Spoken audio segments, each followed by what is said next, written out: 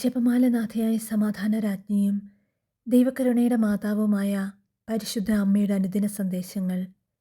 29 സന്ദേശം 2021 ഡിസംബർ 23. എൻ്റെ മക്കളെ, സമാധാനം ഞാൻ നിങ്ങളെ അനുഗ്രഹിക്കുന്നു. പ്രധാനമായും 2 കാര്യങ്ങളാണ് സാത്താൻ്റെ ലക്ഷ്യം: പരിശുദ്ധ പരമദിവ്യകാരുണ്യവും പരിശുദ്ധ ജപമാലയും. ഇത് രണ്ടും പുറത്തേക്ക് തള്ളിയാൽ തിരുസഭയെ തകർക്കാൻ എളുപ്പമാണെന്ന് അവനറിയാം. പക്ഷേ അതൊരിക്കലും തകരുകയില്ല. കത്തോലിക്ക സഭ സഹിക്കും.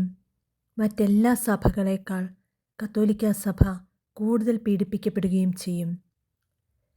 എൻ്റെ ദൈവമാതൃത്വത്തെ നിഷേധിക്കുന്നവർ ഇന്ന് ലോകത്തിൽ കൂടി വരുന്നു. അവർ എൻ്റെ അമലോത്ഭവത്തെയും നിത്യകന്യകാത്വത്തെയും സ്വർഗാരോപണത്തെയും നിന്ദിക്കുന്നു. എൻ്റെ പുത്രൻ്റെ സഭ എന്നെക്കുറിച്ച് പഠിപ്പിക്കുന്ന വിശ്വാസ സത്യങ്ങൾ വ്യാജമാണെന്ന് അവർ അവകാശപ്പെടും. എൻ്റെ സഭയെ ഒരുക്കാനാണ് ഞാൻ വന്നിരിക്കുന്നത്. എൻ്റെ പുത്രൻ്റെ വരവിൻ്റെ ദിവസം ഞാൻ അവളെ സുന്ദരിയായ മണവാട്ടിയെപ്പോലെ അണിയിച്ചൊരുക്കും.